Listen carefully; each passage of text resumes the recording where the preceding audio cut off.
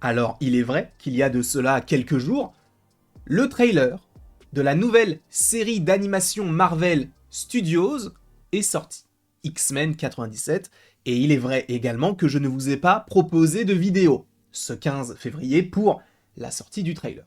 Pour la simple et bonne raison que j'étais dans un cadre privé, donc première raison. Deuxièmement, je n'avais pas envie de tourner. Troisièmement, je n'avais pas mon matériel. Quatrièmement, je n'avais pas mon matériel. Cinquièmement, je n'avais pas envie de tourner. Tout simplement. Et non pas parce que c'était de l'animation ou parce que c'était X-Men, parce que l'un dans l'autre, j'aime bien. Moi, j'ai grandi par ailleurs avec la série X-Men Evolution, qui n'est pas forcément la plus réputée. Et en plus de ça, il y a quand même pas mal de choses à dire. Mais qu'est-ce que j'en ai pensé? Parce que je n'allais pas vous faire une réaction là, alors que j'ai déjà vu le trailer en amont. Pour du Doctor Strange, c'est différent parce qu'on était dans un cadre différent et j'avais quand même envie de vous proposer la vidéo et j'attendais fortement de revoir le trailer avant de vous... Enfin, de revoir le trailer avec vous afin de vous proposer donc une vidéo réaction à ce moment-là, d'où la réaction au trailer de Doctor Strange in the Multiverse of Madness. Mais là, c'est différent. Je suis dans un cadre où le trailer, je peux le voir, le revoir et encore le revoir. Donc, on n'est pas forcément sur le même cas de figure, et j'ai adoré. Vraiment, je pense que... alors, ce projet ne va pas hyper grand monde. Alors, nous, oui, mais le grand public, premièrement, je pense qu'ils n'en ont rien à foutre. Deuxièmement, je pense qu'ils n'en ont rien à foutre. Troisièmement, je pense qu'ils ne le savent même pas que ce projet existe et va sortir bientôt. Et quatrièmement, je pense qu'ils n'en ont rien à foutre. En revanche, pour ceux qui ont vu le trailer, je pense qu'il y a une majorité de gens qui le trouvent sympa. Je pense qu'il y a quand même pas mal de gens aussi, à moindre échelle peut-être, qui le trouvent très très cool, notamment par rapport à ce côté un peu nostalgie. Et peut-être que certaines personnes vont se dire « Non, encore un projet Marvel comme ça ne m'intéresse pas ». Et ce que je peux comprendre, bien évidemment. Sachant que, évidemment, on va mettre des petites photos pour illustrer un peu nos propos. Parce que moi, je l'ai vraiment bien aimé. Ce qu'il est important de notifier déjà en premier lieu, c'est qu'on n'est pas sur une série Marvel Studios, mais Marvel Animation. Et ça, c'est hyper intéressant, parce que ça nous permet, encore une fois, de se détacher un petit peu de l'univers Marvel tel que nous le connaissons. On a plusieurs labels, on a les Marvel... je ne connais même plus. On a les Spotlight, bien sûr, mais on a un autre label pour Echo, etc. Je ne sais même plus comment s'appelle ce label-là. Je me demande si c'est pas Spotlight, justement. On a également donc les Special. On a, cette fois-ci, en plus de Marvel Studios, Marvel Animation. Donc on comprend très simplement qu'on n'est pas dans l'univers que nous connaissons. Ils ont réutilisé un peu le même logo, mais pour remplacer donc Studios par animation. Est-ce que à chaque fois qu'on aura une série en animation, ce sera écrit ça? Ou est-ce que c'est uniquement quand c'est pas dans le même univers que nous? En vrai, je n'en sais rien.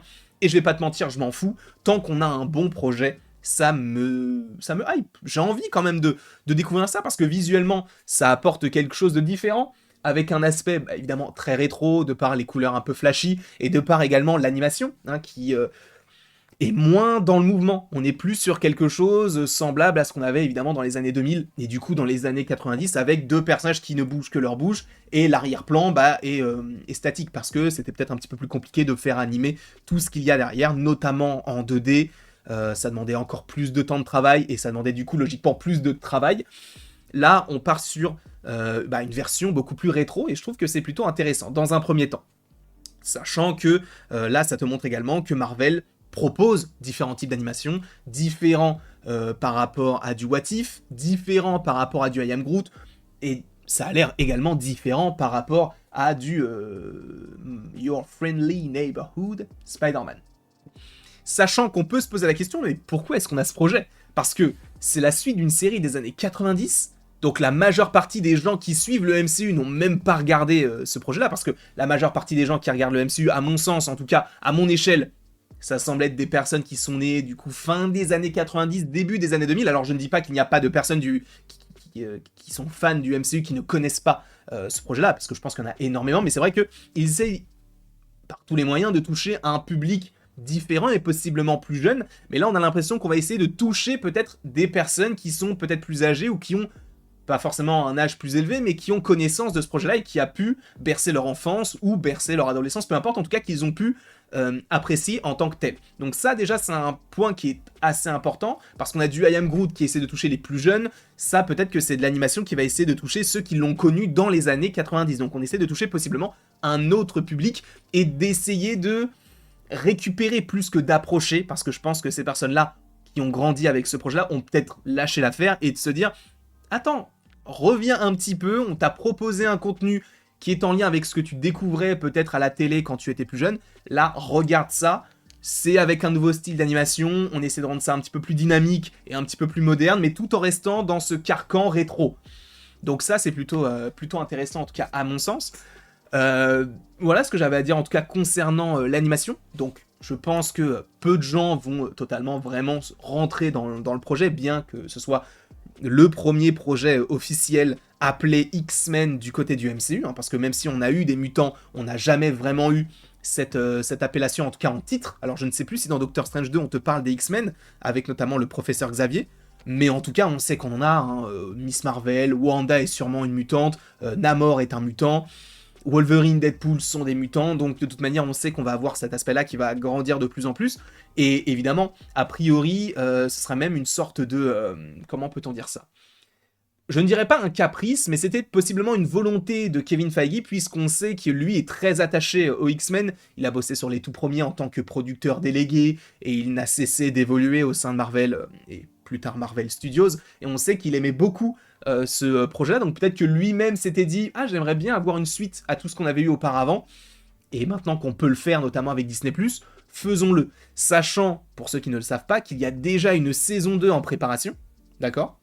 Donc c'est Beau Desmaillots qui s'occupe notamment de la réalisation et possiblement de la production de cette série en grande partie. Donc ça aussi, il faut le mentionner, c'est que la série est censée sortir le 20 mars 2024, donc on l'avait dit, d'accord ? Alors je ne dis pas que c'est moi qui avais lancé l'information, parce que je n'ai aucun scooper ou quoi que ce soit, hein, je ne suis pas scooper, je récupère juste des informations, en tout cas des rumeurs, qui semblent plutôt fiables, et là je vous avais dit qu'a priori, selon Cryptic 4K sur Twitter, donc allez le follow bien sûr, eh bien c'est lui qui avait dit, il y a de cela maintenant peut-être 2 ou 3 semaines, que la série devrait sortir le 20 mars. Très cool. Sachant qu'en plus de ça, et ça c'est hyper bizarre à mon sens, parce que ce projet-là, on s'attendait peut-être à une diffusion particulière, puisque je vous rappelle que What If sortait jour après jour pendant 8 à 9 jours, on avait Echo qui était sorti tout en un jour, là on a 10 épisodes déjà, alors je ne sais pas si ça avait été dévoilé, mais on sait qu'il y en a 10, on a même, selon Can We Get Some Toast, le titre des épisodes. Par ailleurs, si vous voulez une petite information, j'ai zozoté mais je vais la refaire, si vous voulez une petite information, sachez que les 3 derniers épisodes de la saison 1 seront en fait un même épisode mais coupé en 3, donc il y aura 3 parties, et donc ce seront les 3 derniers épisodes qui seront de cette manière-là. Sachant que, donc, on part sur un format de 10 épisodes, avec un épisode par jour. Ce qui signifie, je crois, qu'on a une fin de saison pour, je crois, le 20 mai, il me semble. Sachant que 2 mois plus tard, on aura un autre projet Marvel, puisqu'on aura Deadpool 3. Sachant que cette année en animation, on est servi, hein, on a X-Men 97, supposément, certaines personnes parlent, et de plus en plus de What If saison 3, et a priori, ça pourrait bel et bien sortir cette année, mais fin d'année à mon sens. On a également la série sur Spider-Man et la série sur le Wakanda. Donc ça fait déjà 4 programmes d'animation qui vont sortir. Et là, le fait qu'il l'allonge, je trouve que c'est plus cool. Même si c'est pas forcément le projet qu'on attend, sachez que bien sûr que sur la chaîne, bien que nous n'ayons pas fait de vidéo réaction, il y aura des critiques épisode après épisode. Et en vrai, j'ai un peu hâte parce que il y a des scènes notamment avec Rémi Lebeau et Wolverine avec les griffes, etc. Ça, c'était vraiment trop cool. J'adore cette alliance-là et je pense qu'il y en aura encore plus parce que là, on est sur un groupe qui se connaît déjà depuis des années. Moi, je trouve que c'est intéressant. Après, de plus, au-delà de ces associations, il faut aussi parler, eh bien, non pas de Scott particulièrement, quoique on peut faire légèrement une petite parenthèse, c'est que Scott devrait être le personnage principal de la série, avec, normalement, Tornade. On verra comment tout cela se déroule par la suite, comment tout cela s'agence, mais oui, il devrait bel et bien être le personnage principal, parce que même à la fin, il dit genre rassemblement, enfin je ne sais pas si c'est le mot, mais en gros, il appelle donc c'est X-Men, My X-Men, dit-il. Donc ça, pour le coup, je trouve que c'est encore plus hypant, parce que tu vois, le fait que t'aies Scott qui ait un vrai rôle, parce que depuis X-Men 3, bon bah, même X-Men 2, en vrai, parce qu'on l'a vraiment vu que dans 2 films, puisque bon, il y a une apparition dans Days of Future Past, et une apparition, si je puis dire, dans X-Men 3, quand il se fait tuer par le Phénix. Au-delà de ça, on l'a surtout vu dans le 1 et dans le 2, donc ça fait quand même, sans compter du coup ses apparitions, près de 20 ans qu'on n'a pas vraiment vu un Cyclope bien comme il faut. Moi, je suis très content. Je suis très content. Après, encore une fois, ce ne sera pas le projet de l'année, quoique, ça peut être une très belle surprise, mais je n'ai aucune attente. Parce que, encore une fois, je ne connais pas le média de base. Je ne pense pas que ça puisse amorcer quelque chose pour la suite. Je pense que ça amorcera uniquement quelque chose en lien avec la saison 2, si saison 2 il y a bel et bien, puisque je rappelle qu'il y a déjà un développement sur cette partie-là. Donc, je pense que ça va être amené à devenir ce genre de programme-là, mais je ne pense pas que ce soit un programme à voir absolument afin de tout comprendre. Non, je pense que c'est surtout une petite pastille, c'est Kevin Feige qui voulait se faire kiffer, même supposément d'autres personnes du côté de Marvel qui voulaient se faire kiffer, et on a ce projet-là. Sachant que de l'animation, moi je ne cracherai jamais dessus parce que je suis un grand fan d'animation. Là on a un tout autre type d'animation, donc c'est encore plus stylé. Un truc un peu rétro, encore une fois, ça peut être très cool. On sait qu'il y a Bishop, il y a Malicia, il y a le Fauve. On sait qu'il y a également, et ça c'est cool, Magneto, qui a un look très stylé. Par ailleurs, pour ceux qui ne le savent pas, il y aurait également un épisode en 8 bits. Donc un épisode un peu genre en... Comment peut-on dire ça ? En version un peu jeu vidéo, rétro, tout ça. Il y a des moyens de faire des trucs plutôt sympas. Et j'ai l'impression que, en tout cas, pour beaucoup d'entre nous, on va dire, donc les vrais fans qui ne loupent rien, bah il y a quand même, non pas une hype, mais une envie de se dire, oh, en vrai, pourquoi pas ? Plus que, bah, on en flemme. Il y en a, bien sûr, il y en a qui ne vont pas le regarder, il y en a qui ont déjà lâché l'affaire, qui se disent, déjà, premièrement, c'est de l'animation, donc flemme de fou. Il y en a qui vont se dire que c'est pas connecté, même si, en vrai, même si ce n'est pas connecté, ça peut être très bien, il n'y a pas de souci là-dessus, mais certaines personnes vont avoir ce réflexe de dire, bon, flemme, c'est de l'animation, c'est pas connecté, tout ça. C'est une série des années 90, donc est-ce que j'ai besoin de voir la série d'avant ? À mon sens, non. Déjà, qu'il faut en sorte que tu n'aies pas besoin de voir tel ou tel projet dans les films, notamment Secret Invasion, qui n'est même pas mentionné dans The Marvels, admettons. Là, on va pas te demander d'aller regarder les 4 ou 5 saisons de X-Men des années 90 pour après aller sur X-Men 97. Donc, à mon sens, ils vont faire un récapitulatif. Là, déjà, on part du principe que le professeur Xavier est mort, et on part par la suite sur autre chose. Moi, je trouve que c'est intéressant.